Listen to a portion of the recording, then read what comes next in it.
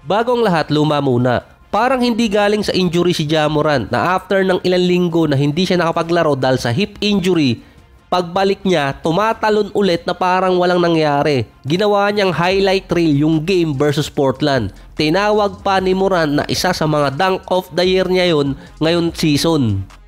22 points, 11 assists, 2 out of 3 sa 3-point area. Technically, ang Memphis ang hottest team sa West kasi nga natalo doon yung Clippers noong nakaraan.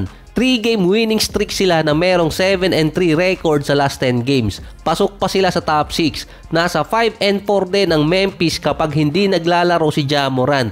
At nasa 6-3 naman kapag nandun si Morant sa lineup.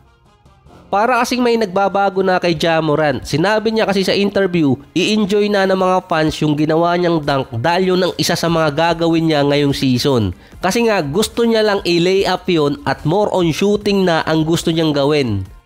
Hindi pa kasi fully recover talaga si Morant. Baka bumalik na naman yung injury niya. Base pa nga sa mga commentator, nagpaparinig si Morant na hindi na siya masyadong gagawa ng dunk. Na parang hindi naman mangyayari yun dahil galing doon karamihan ang puntos niya. Kahit yung mga ka-teammate niya hindi naniwalang hindi nagagawa ng dunk si Morant. Kakabalik lang din niya pero viral agad yung ginawa niyang highlight. 2 beses na rin na-injured si Ja Morant kapag tumalon siya ng mataas. Yung isa doon sa preseason versus Dallas, yung isa naman versus Lakers.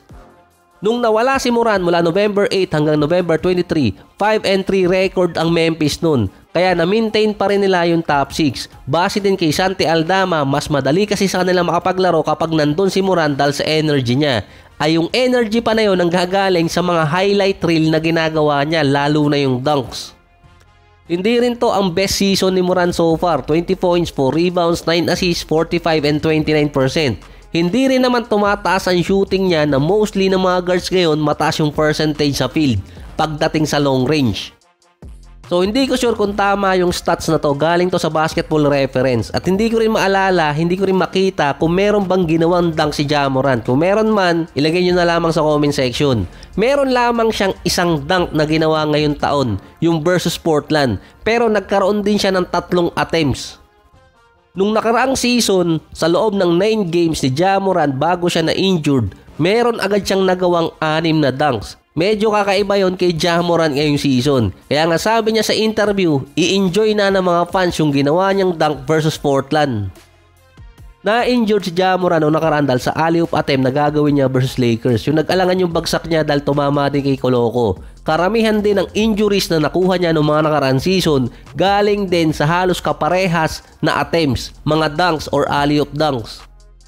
Na mukhang ililimit na ngayon ni Ja Morant yung mga dunks na ginagawa niya. Ang karamihan pa ng highlight ngayon ni Morant layups na ginagawa niya pang hindi simple, kundi meron pang extra kaya nagiging highlight reel din. Kung maalala nyo dati si Anthony Edwards na call out ng mga commentator nung hindi siya gumagawa ng dunks at mostly 3-point shot ang ginagawa niya nun. Mga 2022 or 23 season yun. After siyang i-call out na bakit hindi na siya gumagawa ng dunk, natapos yung season na meron siyang 67. Hindi nabawasan yun ng mga sumunod na taon. Ngayong season naman so far, meron na agad 8 dunks si Edwards. Si Ja Morant naman kung hindi isasama yung 2024 season pati na rin ang 2025, meron siyang average per season na 58 dunks. Ang laki ng binaba ngayon ng rate na yon ni Morant. Hindi rin masyadong napansin dahil kahit layup, highlights pa rin para sa kanya. Parang mawawalan ng gana yung ibang mga fans kapag nabawasan or hindi na nag-dunk si Ja Morant.